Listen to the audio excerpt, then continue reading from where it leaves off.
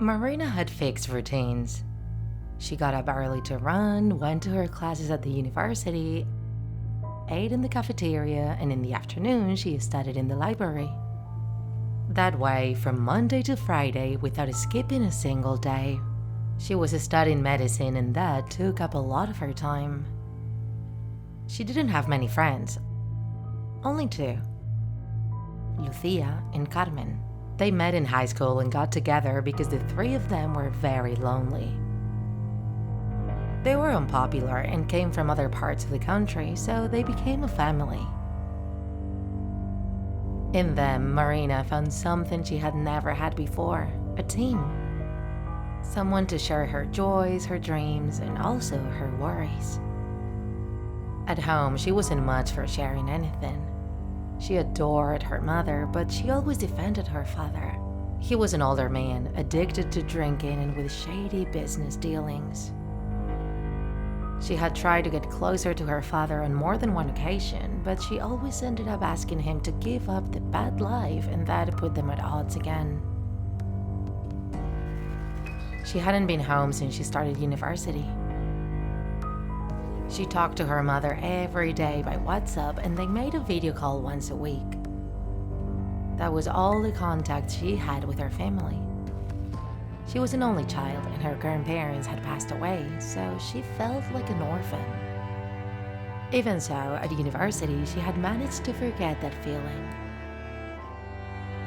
She had her friends, they shared a flat, she studied hard, and on the weekends she went out partying. She'd even had a boyfriend, something she'd always thought would never happen. She was happy away from home, despite how much she missed her mother. But one afternoon, everything changed. She was on her way to the library with Lucia. Carmen was unwell and had stayed at home. The two of them were walking with their coffee latte in their hands, chatting about the homework they had to do that afternoon when a car stopped right next to them. Its windows were completely black, and soon after, it started to drive off again. At first, they were scared to death, but when they saw it driving away, they thought it was just a bad joke. Surely, some student had borrowed the car from their parents and was scaring people. But the next day, Marina had a strange feeling. She felt that someone was constantly watching her. She didn't tell her friends, she didn't want to sound paranoid, and she tried to forget about it, but she couldn't. She was so worried. That same night, they went down to the pub for a drink. It was Friday, and they needed to disconnect for a while. Marina had been smoking for months, so she grabbed her cigarette and went out to the entrance of the pub. And then she saw him. A man with a black cap was on the other side of the street, looking at her constantly. She threw the cigarette away and went back inside. She told her friends that they should take a taxi home, that a man was following her and she didn't want to take any chances. They laughed, and the three of them went out the door to see who it was. But the car was gone. He had left. Marina felt a bit silly and apologized to them. They stayed in the pub for a couple of hours and then went home. They walked and had no trouble at all. Marina, although she had tried to convince herself, it was clear to her what she had seen. Something strange was going on. The next day, she called her mother and asked her if anything was wrong at home. Apparently, everything was as usual. There was nothing new. She asked her to tell her if anything happened, and they talked about the weather and the university, as usual. Marina didn't have a big plan for Saturday, but she needed to go for a run. That was her favorite time of the day. Running made her forget her problems. She put on her favorite podcast, and 10 kilometers felt like 100 meters. She put on her sneakers and went outside. It was quite cold outside, and it looked like it was starting to drizzle. That didn't stop her. She took the path to the park and withdrew from the world. She always ran along a path that ran parallel to the river. There were a few people, and she wasn't hindered by the many baby carriages she encountered when she ran along the main road. She was about halfway down the path when she again noticed that she was being watched. She turned sharply, and sure enough, a few yards away, there was a man running. She thought she was becoming obsessed with things that didn't exist. But still, she decided to stop to let the man keep up. And he did. That caused her to pick up her pace as well, but before long, the man stopped as well and was right behind her again. She turned up the volume on her headphones and tried to concentrate on it. But as she was approaching the river bridge, she saw two more men coming from in front of her. This time, she didn't have much time to react. Between the three of them, they grabbed her and shoved her into the back of a van she hadn't even seen. It was hidden, covered by all the trees in the area. From one moment to the next, her hands and feet were tied and she was blindfolded with red tape. The van was speeding and she was moving from side to side, held only by the hands of two men. Her heart was going as fast as it could go. She thought they were going to do everything to her and then throw her somewhere where no one would find her. And she thought, why her? Why just now she had found a place where she was happy?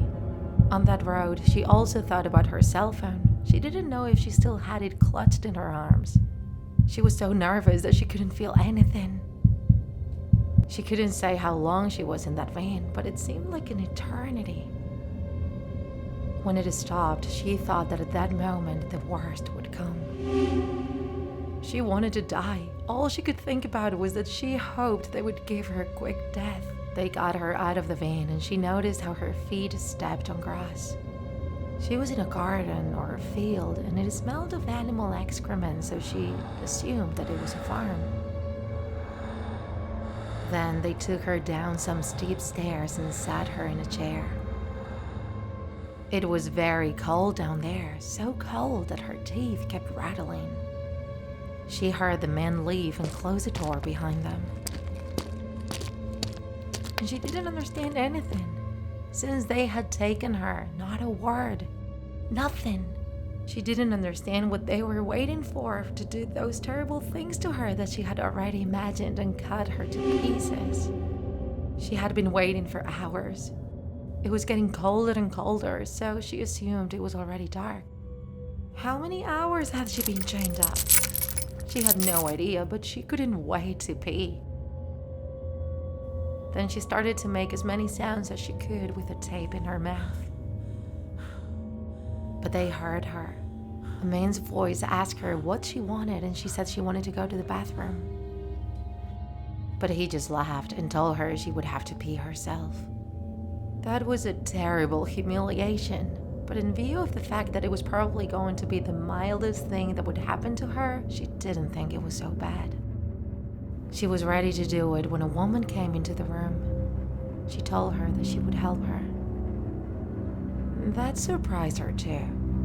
Why was she being treated this way? Before long, she got answers. Several people came into the room. She was still blindfolded, but she could hear them. Someone came up to her who was now trembling with fear and said, "I'm going to uncover your eyes." And then everything lit up again. There were 4 people in front of her, 2 middle-aged men, a very young woman, and an older man. The older man was seated, the rest were standing. He was the one who spoke. "I guess you won't understand why you're here." She only managed to shake her head sideways. She was so scared she couldn't even speak. "It's your father who's to blame," she heard. And then her world fell apart. Again, her father interfering in her life. Again, her former life eating into her current one. Tears streamed down her face without her noticing, and the man went on. "He killed one of our people and he owes us a lot of money. We don't want to hurt you, but if he doesn't comply, you know how the business works." Her life was in the hands of criminals, including her father. They were asking for a huge sum of money. She didn't know if her father could get it or not, but she certainly wouldn't put her hand in the fire for him. What came next was a horrible video call. They placed a camera in front of her, and on the other end appeared her parents. Her mother could barely hold her breath. She was absolutely devastated. Her father, very serious, said nothing. He was used to this kind of situation, but never with his daughter tied up and threatened. They told him that if he didn't pay, they would kill her. And then she was punched. The woman's fist echoed in her brain as if it had crashed into a truck. It was clearly a warning that they meant business. They gave her father 24 hours to wire them what they'd agreed on. After the conversation, the woman helped her up and they laid her down in a kind of mattress on the floor. She was so scared, but they just went away and left her there. That night was eternal. She was so cold that she couldn't even think clearly. She didn't get any sleep at all. Only one memory kept coming back to her mind. She and her two friends in the living room of the house they shared. She was so happy there. Why had it all gone wrong? She couldn't stop crying until her eyes stopped producing tears. And with the first rays of sunlight, the door opened again. Her father still had 12 hours to go, but to remind him, they wanted to send him a warning. The woman took a razor and cut off her long hair. Then, with a razor, she made a cut in the palm of her hand. They wanted to send him her hair and her blood, and the door closed again. At that moment, Marina was in complete shock. She had no hair. She ran her bloody hand over her head, and there was nothing. Just debris. And sadness came over her again. What if her father didn't get the money? Was this her last day alive? She had so many dreams that it made her angry. The next few hours were even worse. She hadn't eaten for a day. She was exhausted from not being able to sleep and very nervous about what was going to happen. For a moment, she thought she would go completely crazy before the deadline. But it was not so. When the door opened again, she knew it was time. The 4 people from the night before came in again. This time, there was no camera. This made her uneasy. It could be very good news or very bad. She looked at them and the eldest took the floor again. "We're going to have a visitor. Your father will bring the money himself." That surprised her a lot. Her father knew that if he went in there, he would not come out well. They were his enemies. Why was he going in? Soon she was out of doubt. A man with a huge machine gun opened the door again, and behind him, her father. Marina didn't feel relief at the sight of him, more like rage. She hated him for all he had made her mother suffer, and her too. The older man spoke again and asked directly for the money.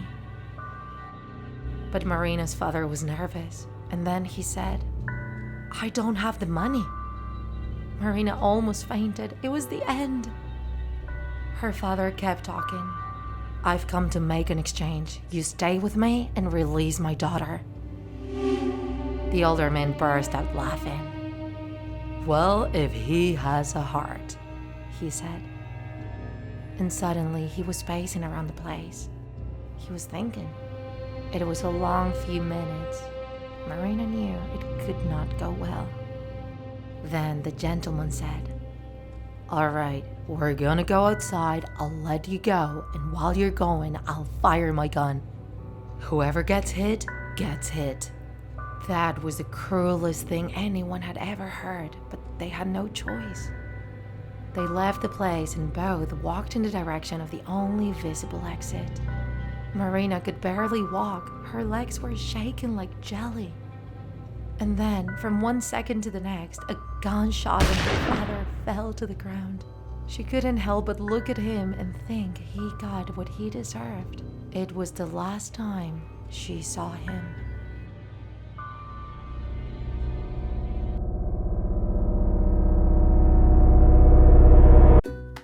If you enjoyed this video, don't forget to like it. And if you want to see more Draw My Life videos, subscribe to our channel.